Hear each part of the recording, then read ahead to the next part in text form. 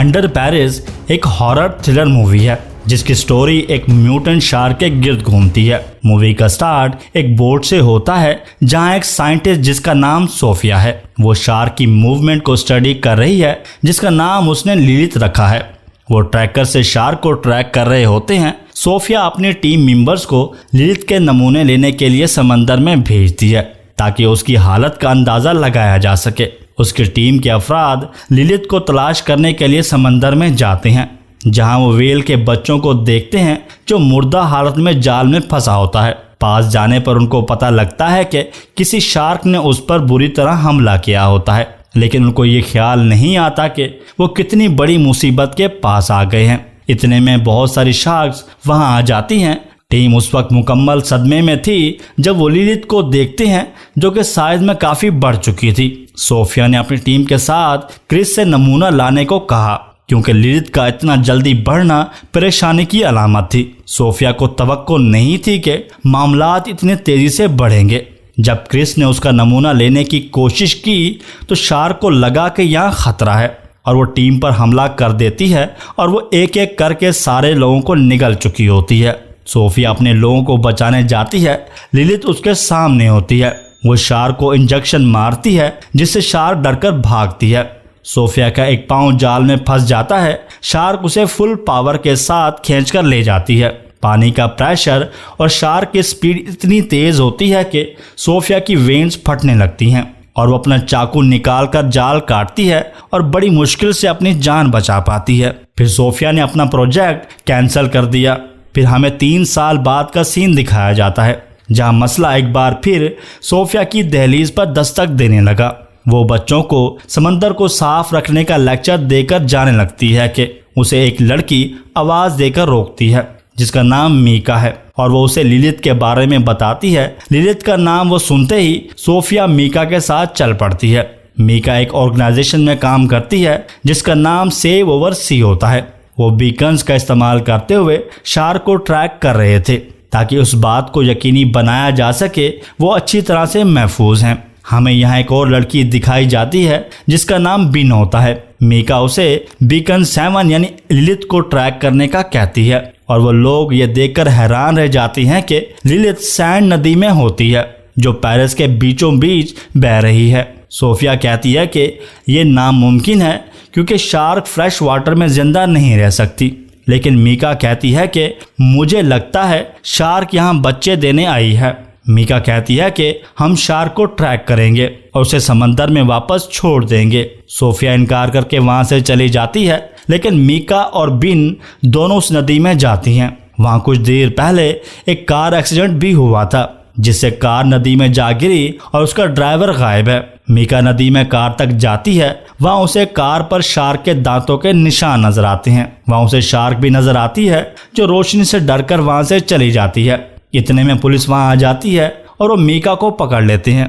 Police inspector जिसका नाम आदिल होता है उसके पूछने पर मीका बताती है कि नदी में एक शार्क है, लेकिन उनको यकीन नहीं आता। इतने में सोफिया भी वहां आ जाती है। वो चीफ के पास जाती है तो वो एक टीम भेजती है जो ये पता लगाएगी कि शार्क वहां है या नहीं। सोफिया ट्रैकर ऑन करके टीम के साथ नदी में जाती है।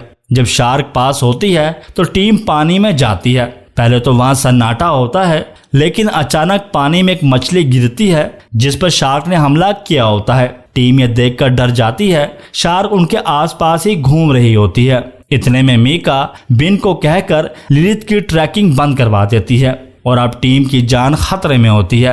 वो सब लोग बड़ी मुश्किल से जान बचाकर बाहर आती हैं और आदिल को बताती है कि नदी में कुछ तो गड़बड़ है। जब चीफ को टीम जाकर बताती है तो वो मेयर के पास जाती हैं। वो इस बात को मजाक बनाती है और कहती है कि 2 दिन बाद नदी में स्विमिंग कंपटीशन है जिसे हम किसी सूरत कैंसिल नहीं कर सकते। कुछ लोगों को भेजकर शार्क को ठिकाने लगा दो।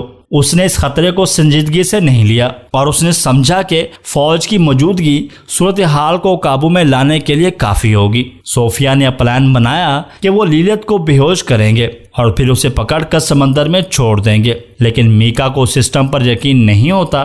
फिर बिन सोफिया के पास आती है और उसे बताती है कि मीका ने सोशल मीडिया पर वीडियो लगाई है जिसमें उसने लोगों से शार्क को बचाने के लिए हेल्प मांगी है। मीका को लगता है कि वो शार्क के साथ बात कर सकती है और बिना कोई तकलीफ पहुंचाए शार्क को वापस समंदर में जाने के लिए राजी कर सकती है। बिन को बहुत डर लग रहा होता है और वो सोफिया से उसकी जान बचाने का कहती है। बिन ने बीकन ऑन कर दिया था ताकि मीका को ये मालूम हो सके कि शार्क पुराने कैटाकोम्बस में छुपी हुई है।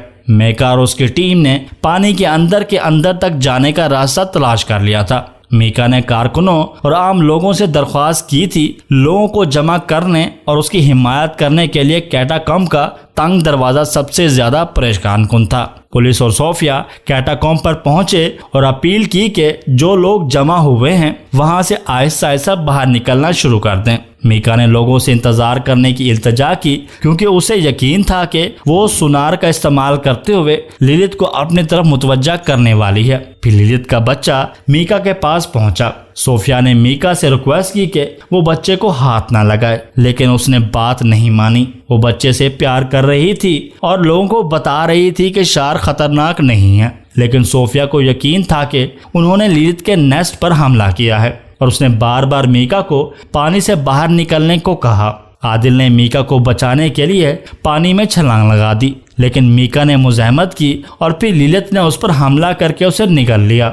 खौफ की वजह से बहुत से लोग पानी में फिसल गए और जब तक उन्होंने कैटाकॉम्ब के किनारे वापस आने की कोशिश की, लिलित ने उन पर हमला कर दिया। सोफिया ने कत्ल आम की पेशगोई कर दी थी, फिर भी उसे सीरियस से नहीं लिया गया। लिलित ने हर तरफ तबाही कर दी थी। जो लोग भी पानी में गिरे, किस्मत से ही चंद एक ही बच पाए। लिलित ने अफरा तफरी के दौरान अपने बच्चे को भी मार डाला था और सोफिया ने पहली बार शार्क को करीब से स्टडी किया। वो ये देखकर हैरान रह गई कि शार्क ने अपने आप को हर तरह के पानी में जीने के लिए ढाल लिया है। सोफिया ने अंदाजा लगाया कि शार्क बच्चे देने के लिए बेहतरीन जगह की तलाश में थी और उसने बच्चों को जन्म देने के लिए कैटाकॉम्ब को इंतखाब किया। जब उसे मालूम हुआ कि 2 माह की शार्क भी प्रेग्नेंट है तो उसको अपनी आंखों पर यकीन नहीं आया। अब सोफिया सब कहानी समझ चुकी थी कि लिलित अचानक इतनी बड़ी कैसे हो गई, और वो ये भी कि लिलित शार्क में एक अलग नस्ल बन चुकी है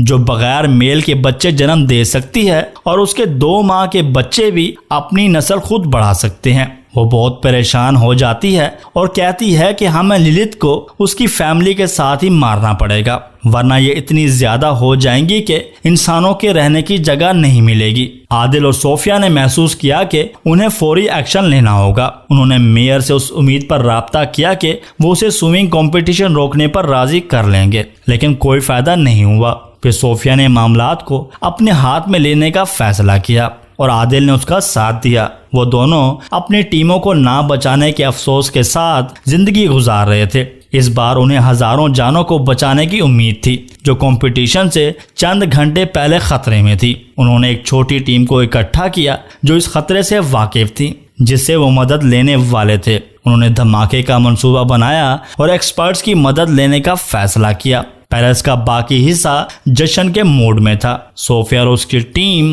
लिलित और उसके बच्चों को ठिकाने लगाने में मसरूफ थी। जब वो पानी में जाते हैं तो ये जानकर हैरान हो गए कि वो चंद शार्कों के साथ मुकाबला नहीं कर रहे थे, बल्कि वहां हजारों शार्क्स थी। सोफिया ठीक कह रही थी, वो पहले ही बड़ी तादाद में बढ़ना शुरू कर चुकी थी। मसला उस वक्त शुरू हुआ जब एक मेंबर रिमोट को ऑन करने में नाकाम हो गया, जिससे शार्क को खतरा महसूस हुआ। शार्क ने उस पर हमला कर दिया और वो मौके पर ही हलाक हो गया। सोफिया ने अपनी टीम को खबरदार किया कि वो कोई अचानक हरकत ना करे, लेकिन एक मेंबर ने अपनी जान खतरे में डालकर रिमोट को ऑन कर दिया। उसकी हरकत करने पर वो भी शार्क के हाथों हलाक हो गया। सोफिया ने मिनी सबमरीन की मदद से आदिल और खुद को बाहर निकाला। इतने में धमाका हो गया। वो पानी से बाहर आकर आदिल को बोर्ड पर भेजती है और खुद पानी में देखने जाती है कि मिशन कामयाब हुआ कि नहीं, लेकिन शार्क अचानक उसके सामने आ जाती है और वहां से चली जाती है। सोफिया जल्दी पानी से बाहर आती है,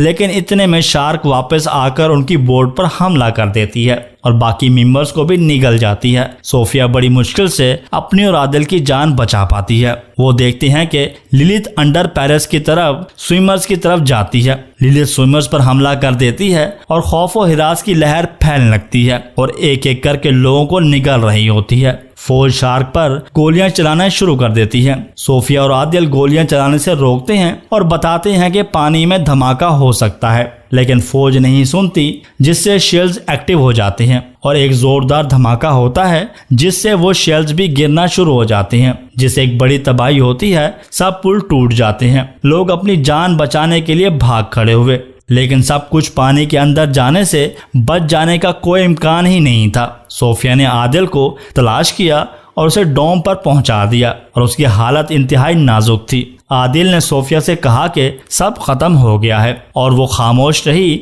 शार्क उनके चारों तरफ तैर रही थी। सोफिया और आदिल के जिंदा बच जाना नामुमकिन था। उनकी टीम सूरत हाल को काबू करने में नाकाम रही और अब शार्क बढ़ जाएंगी और पूरी दुनिया में फैल जाएंगी। जब इंसानों ने बरसों से समुद्री जिंदगी को खतरे में डाल रखा था कि अचानक एक सीपीसी ने सब बदले एक साथ ले लिए।